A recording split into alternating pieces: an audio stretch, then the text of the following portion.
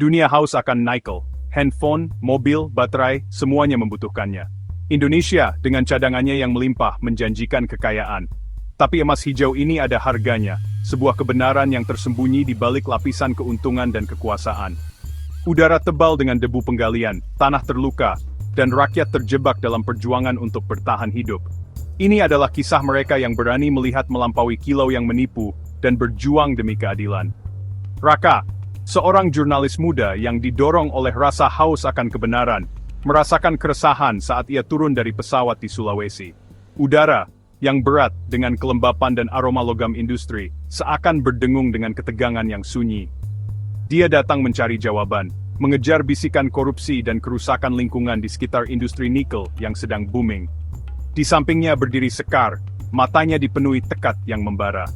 Seorang aktivis lingkungan, dia mendedikasikan hidupnya untuk melindungi tanah kelahirannya dari keserakahan perusahaan yang semakin meluas.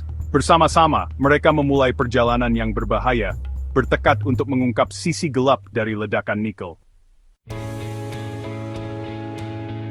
Investigasi mereka dimulai di jantung wilayah pertambangan, di mana desa-desa yang dulu berkembang kini tercemar oleh debu dan keputusasaan.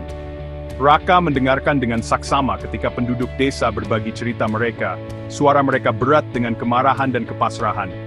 Para petani berbicara tentang sumber air yang tercemar, tanaman mereka layu di tanah yang tercemar. Para nelayan meratapi hilangnya ikan, mata pencaharian mereka direnggut oleh limbah keruh dari tambang. Sekar yang fasih berbahasa daerah setempat, menerjemahkan cerita mereka untuk Raka, hatinya sakit untuk orang-orangnya.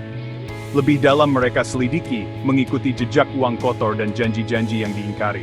Raka, dengan pikirannya yang tajam terhadap detail, dengan cermat mendokumentasikan setiap bukti.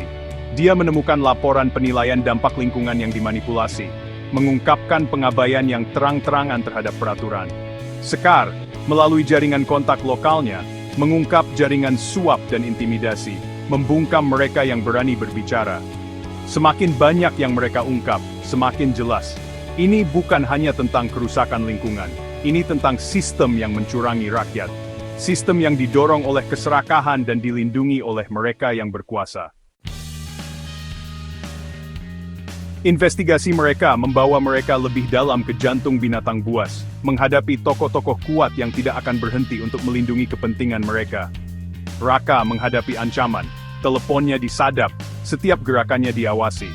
Sekar, yang tidak asing dengan taktik intimidasi, tetap tidak gentar.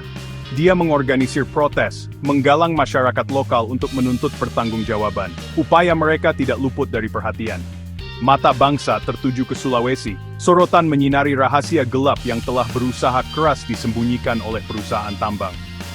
Tekanan meningkat, memaksa pemerintah untuk memulai penyelidikan. Artikel Raka menjadi seruan, kata-katanya beresonansi dengan publik yang haus akan keadilan. Advokasi Sekar yang tak kenal lelah memberi suara kepada mereka yang tidak bersuara. Keberaniannya menginspirasi orang lain untuk berdiri dan berjuang. Investigasi mereka, sebuah bukti kekuatan kebenaran, mengungkap jaringan korupsi yang rumit, yang telah lama menyandera wilayah tersebut.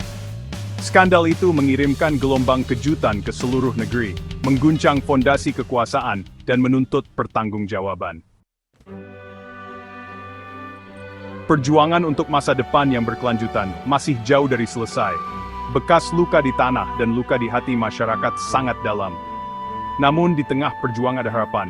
Keberanian Raka dan Sekar, pengejaran kebenaran mereka yang tak tergoyahkan, berfungsi sebagai mercusuar, menerangi jalan menuju masa depan yang lebih adil dan merata. Kisah mereka adalah pengingat bahwa, bahkan dalam menghadapi rintangan yang luar biasa, semangat manusia, yang spicu benefit lesi dan pausik keadilan, dapat menang.